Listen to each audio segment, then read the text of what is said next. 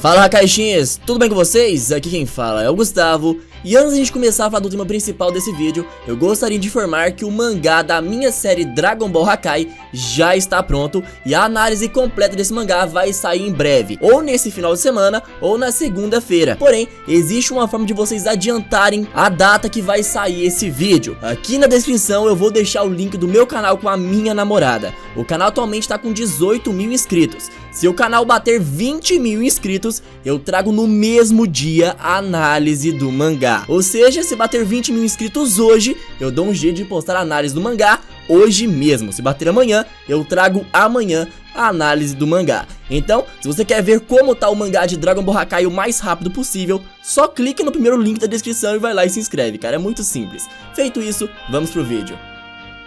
E no vídeo de hoje eu vou te contar uma história sobre 3 reinos que existiram antes mesmo da criação dos 18 universos. E também vou te contar como surgiram os 18 universos e como surgiram os deuses da criação. E ainda vou te falar quem foi o primeiro deus da destruição e o problema que ele causou no começo de tudo. Então tudo isso que eu acabei de falar você vai ver nesse vídeo e vai ver um pouquinho mais também. Cara, simplesmente a ideia desse vídeo, a história, o enredo, o roteiro está incrível, cara. Se o Akira assistisse esse vídeo e pegasse essa história e colocasse como canônica, todo mundo ia gostar. Eu acredito eu, não é verdade? Então, sem mais enrolação, vamos lá. Hakai.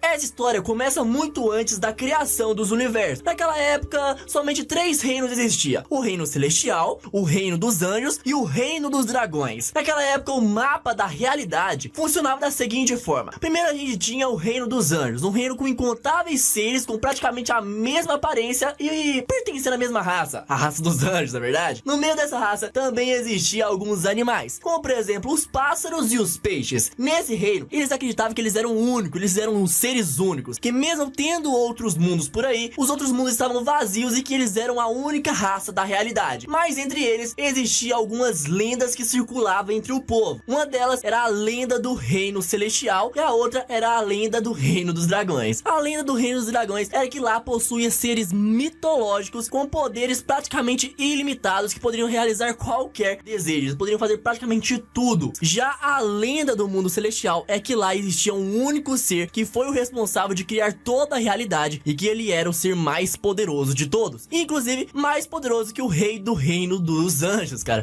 E isso deixou muita gente com o pé atrás, porque o rei do reino dos anjos era praticamente onipotente, tão poderoso que ele era, se comparado com o restante da raça. Então, só de pensar em alguém mais poderoso que ele, já era meio assim, caramba, mano, será que isso é possível? E a gente conhece muito bem quem é o rei dos anjos. É aquele que posteriormente iria ser chamado de Daishinkan, o pai de todos os anjos. Mas o que os anjos não sabiam é que as histórias não eram somente lendas e que de fato havia seres habitando nos outros mundos. Em uma dimensão diferente existia um reino bem distante conhecido como Reino dos Dragões. E diferente dos outros mundos, nesse reino não havia uma grande quantidade de seres. Existiam somente 2 seres, que era o Zeno, o rei daquele mundo, e o Prime, a primeira criatura. Bem, o Zeno, ele vivia em um castelo acima de uma criatura colossal. Essa água-viva foi a primeira criatura que existiu, que deu vida a todos os outros reinos. Ou seja, a água-viva é literalmente a fonte de vida do universo. E é por isso que o Zeno, os anjos, os dragões, o Daishinkan, todo mundo são imortais, porque a água-viva é a fonte de vida. Até mesmo na vida real, os cientistas acreditam que a água-viva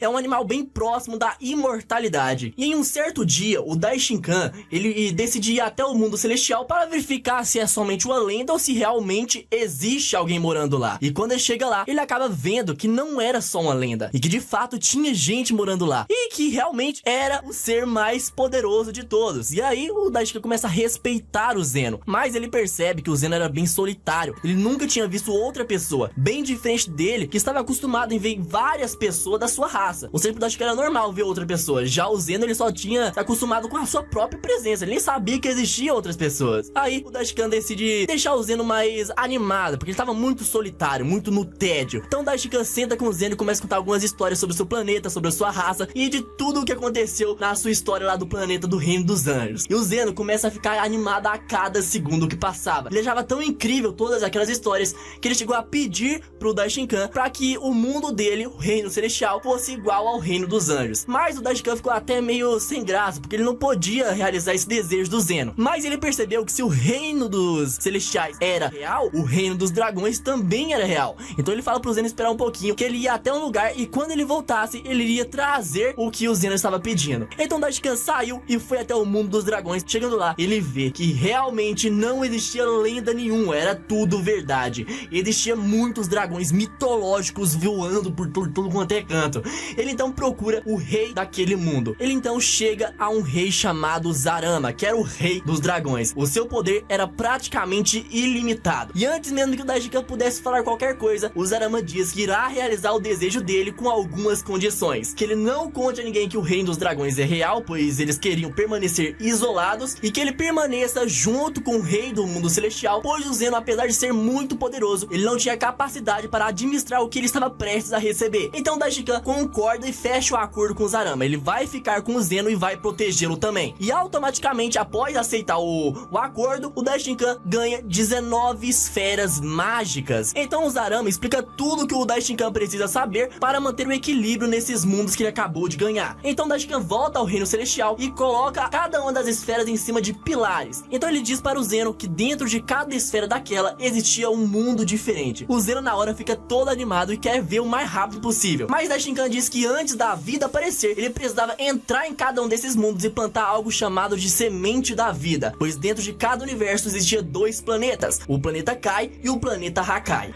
Então Daichikan plantou a semente da vida nos dois planetas de cada universo e posteriormente nasceu uma árvore chamada de Árvore Kaiju. No planeta Kai, os deuses queriam criar a vida e os planetas. Já no planeta Hakai, iria nascer os deuses que queriam destruir a vida e os planetas, e assim mantendo um equilíbrio perfeito. Não existia absolutamente nenhuma vida no universo, cara, mas em alguns lugares do vazio existia energias que ficavam mais fortes a cada segundo. Essas energias eram as forças primordiais. Até o momento, essas forças não tinham corpo físico e nem mesmo consciência. Era uma força intensamente feita de energia cósmica. Essa energia não podia ser sentida nem mesmo pelos deuses, só pra você ter uma ideia. Elas eram completamente desconhecidas por todo mundo, ninguém sabia da existência delas. Os deuses da vida, os Kaioshins, foram os primeiros a nascer, e ao nascerem, Daichikan os informou sobre as suas funções e de como iria funcionar a partir dali. E eles começam a criar planetas e vida por todo o universo. Mas quanto mais planetas existiam e quanto mais mortais aparecia, mais e mais essas forças primordiais ficavam mais fortes. Elas tinham o poder de absorver tudo aquilo que estava presente no universo. Mas teve uma hora que tudo mudou, porque os mortais começaram a agir como monstros, como bestas, como animais de verdade, assim, e toda aquela maldade que estava presente nos humanos gerava uma grande quantidade de energia negativa, e até mesmo essa energia negativa estava sendo absorvida pelas forças primordiais. E com isso, naquele momento, após absorver toda a energia negativa, toda a maldade dos seres humanos, as energias puras, as energias cósmicas começaram a ganhar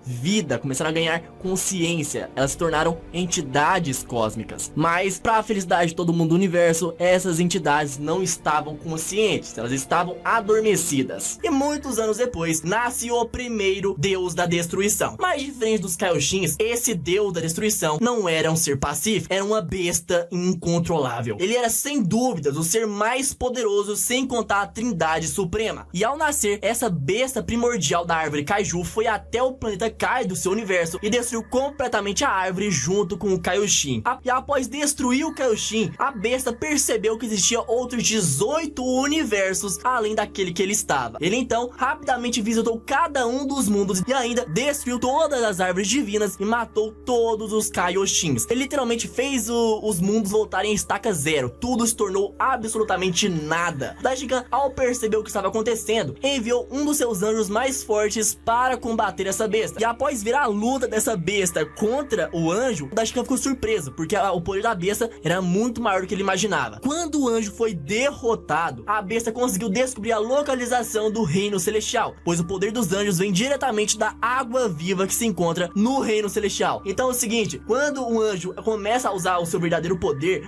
abre uma fenda dimensional que liga o mundo celestial aos universos. Ou seja, foi a partir dessa fenda que a besta primordial conseguiu chegar até o Daishinkan e ao Zeno. E o Daishinkan prometeu pro Zarama que iria proteger o Zeno, custe o que custar, não é verdade? Então, de repente, o Daishinkan aparece e se teletransporta com a besta para o universo em que ela nasceu. Nesse universo, o Daishinkan usou uma das suas habilidades mais poderosas. Uma habilidade tão poderosa que reduziu o corpo dessa besta, juntamente com todo o universo em que ele tinha nascido, a literalmente nada. O vazio. O mundo do vazio. Mas a besta primordial era puramente feita de energia da destruição. Uma energia do mundo Hakai. Daishinkan, então, selou essa energia em uma dimensão completamente diferente. E a partir dali, Daishinkan pensou que tudo estava perdido, pois todos os deuses e todos os planetas foram destruídos, incluindo até as árvores que foram plantadas. E infelizmente, a semente que o Zarama deu pra ele eram as últimas, não tinha mais, não tinha como ele plantar árvores de novo e fazer a vida nascer. E nessa hora, Zarama aparece diante de Daishinkan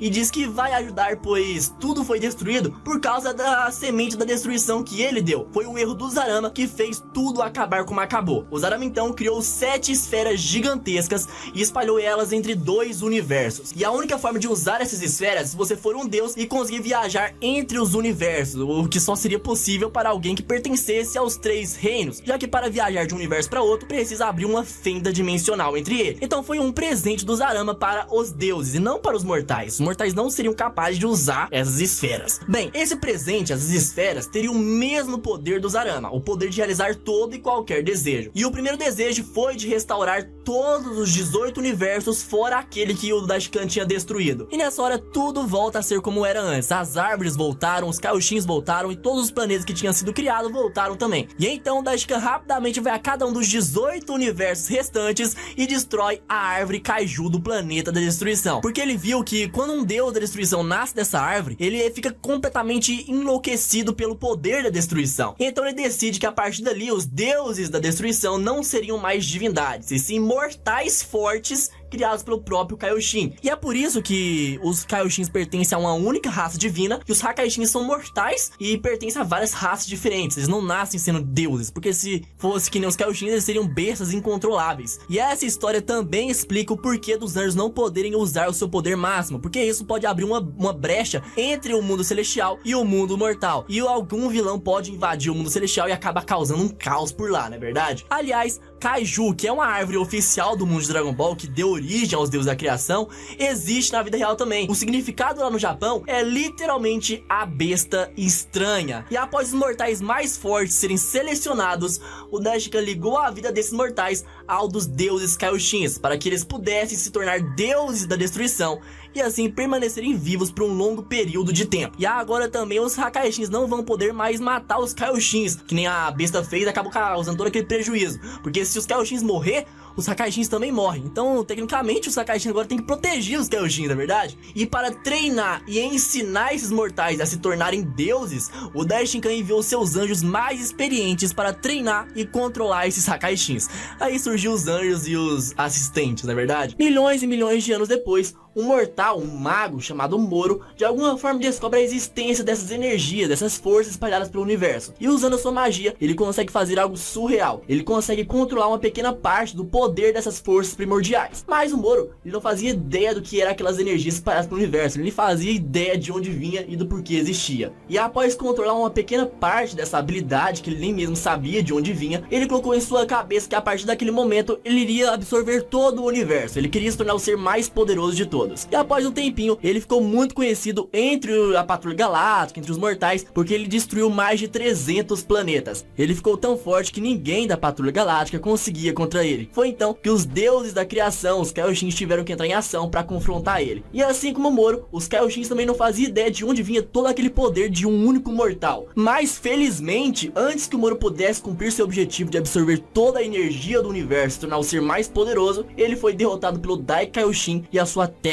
suprema. E então ele foi preso pela Patrulha Galáctica e ficou lá por bastante tempo. Por algum motivo, o Moro nunca foi morto, mesmo tendo sido sentenciado à morte. O Moro, ele se tornou praticamente imortal final após conseguir controlar e absorver uma pequena parte dessa força primordial que estava no universo e ninguém fazia ideia. Prova que o Moro estava usando algum poder externo que não o pertencia é que não tivemos nenhuma aparição de outro ser da raça do Moro durante toda a série de Dragon Ball. Cara, se a raça do Moro pudesse viver tantos anos assim, eles estariam vivos até os dias de hoje, mas não é o caso. A gente só sabe da existência do Moro, ou seja, isso quer dizer que o Moro está vivo graças a um poder que não pertence, que foge da sua própria natureza, porque nenhum mortal consegue viver por milhões e milhões de anos sem ser um deus, sem ser uma divindade, Kaioshins, anjos e tal. Então, os mortais, eles têm um limitador de vida, que eles podem viver até um certo período. Agora o Moro não, ele vive por milhões e milhões de anos e quase não muda nada na sua aparência. Então o Moro, ele está usando algum poder para o manter vivo, por isso que ele não morre de velhice, porque não é normal um mortal viver tanto tempo assim, ou seja, tem alguma coisa a mais aí. E o próprio Moro, ele sabia que ele só estava sobrevivendo por tanto tempo graças àquela energia que ele tinha meio que roubado de alguma força externa que ele não fazia ideia do que era. E 5 milhões de anos depois que o Moro foi preso, um outro mago também descobre a existência dessa força primordial. Mas bem diferente do Moro, ele não quis controlar aquela energia, ele buscou libertar aquela energia, pois ele percebeu que aquela força, apesar de já ter sido uma energia pura, atualmente já não é mais e tem um corpo físico e uma consciência adormecida. O nome desse mago era BBD, e após anos e anos o BBD consegue descobrir um feitiço para libertar a criatura que estava adormecida naquela energia. E assim surge Majin Buu, um ser extremamente poderoso que só queria saber do caos e de destruição. Cara, Majin Buu e BBD se tornou uma ameaça universalmente conhecida. Eles estavam destruindo tudo que via pela frente. Todo mundo estava com medo dessa dupla, pois o Majin Buu destruía incontáveis planetas e estrelas e sumia com constelações inteiras. E o BBD, enquanto viajava com o Majin Buu pelo universo, ele também estudava a criatura que ele acabou de libertar. Ele então descobre que o Majin Buu não era a única entidade que existia. Existiam outras criaturas primordiais por aí. Mas agora ele tinha um problema. Ele não era mais um desconhecido qualquer do universo. Todos o conheciam, até mesmo os deuses. Então ele não teria tempo suficiente para libertar as outras criaturas, pois agora ele tem muitas pedras em seu caminho. Ele sabia que para realizar seu objetivo de libertar todas as entidades, ele teria que matar cada um dos Kaioshins. Então, para cumprir o seu objetivo, o BBD vai até o planeta supremo para se livrar de todos os deuses. O Majin Buu era tão poderoso que sozinho ele foi capaz de matar quase todos os Kaioshins. Mas no final, quando chegou nos últimos deuses, o Majin Buu absorve o Dai Kaioshin, e isso faz com que ele mude completamente. O BBD perdeu todo o controle que ele tinha sobre aquele demônio Majin Buu. Ele então, para evitar o pior, sela o Majin Buu em um ovo, mas isso dá abertura para outros deuses acabarem com a vida do BBD. E 5 milhões de anos depois da morte de BBD, surge um outro mago. Ele se dizia ser o filho de BBD, mesmo não sendo. Ele era somente um fã e queria se aproveitar da fama do seu ídolo para construir a sua fama. Esse mago, ele sabia que o Majin Buu estava selado dentro de um ovo, então ele começa a reunir energia para tirar o Majin Buu de lá. E foi aí que o Majin Buu surge novamente depois de milhões e milhões de anos. E a gente já sabe o que aconteceu, né? Teve uma saga inteirinha explicando toda a trajetória de Majin Buu quando ele voltou à vida. E antes que vocês comentem aqui embaixo que essa história é impossível, pois se fosse o caso o Moro teria reconhecido o Majin Buu, eu só digo uma coisa: o Moro ainda não sabe que essas energias são de entidades adormecidas, e muito menos qual é a aparência dessas entidades, não é verdade? Lembrando que nesse vídeo não é só uma história inventada, tem várias informações que foi dito pelo próprio Akira Toriyama em entrevistas, como por exemplo o fato do BBD não ter criado o Majin Buu e que o Majin Buu existe desde os tempos imemoriais, mas ele estava em hibernação eterna. Aí o BBD foi lá e libertou ele. E muita gente não sabe, mas a parte do Babidi não ser filho do BBD também é oficial. O Babidi era somente um grande fã do BBD. Isso é realmente oficial, galera. Ou seja, galera, se eu conseguir pensar em um roteiro quase sem furos que traria uma boa história, com vilões assim que fazem sentido pro padrão da força do Goku atualmente, imagina o que os roteiristas de Dragon Ball Super conseguiram montar usando essa ideia desse vídeo. Cara, eu acho que sairia uma coisa incrível. E essa foi a história dos 18 universos e o mundo vazio. Mas e aí, você gostou dessa história? Você gostaria que pelo menos 50% dela fosse adaptada? Cara, seria incrível. Mano, eu gostei demais dessa história e eu quero saber de vocês. Vocês gostaram? Deixa aqui nos comentários, já deixa o like se você gostou e se inscreve no canal. Vamos para 600 mil inscritos. Então, até a próxima. Fui!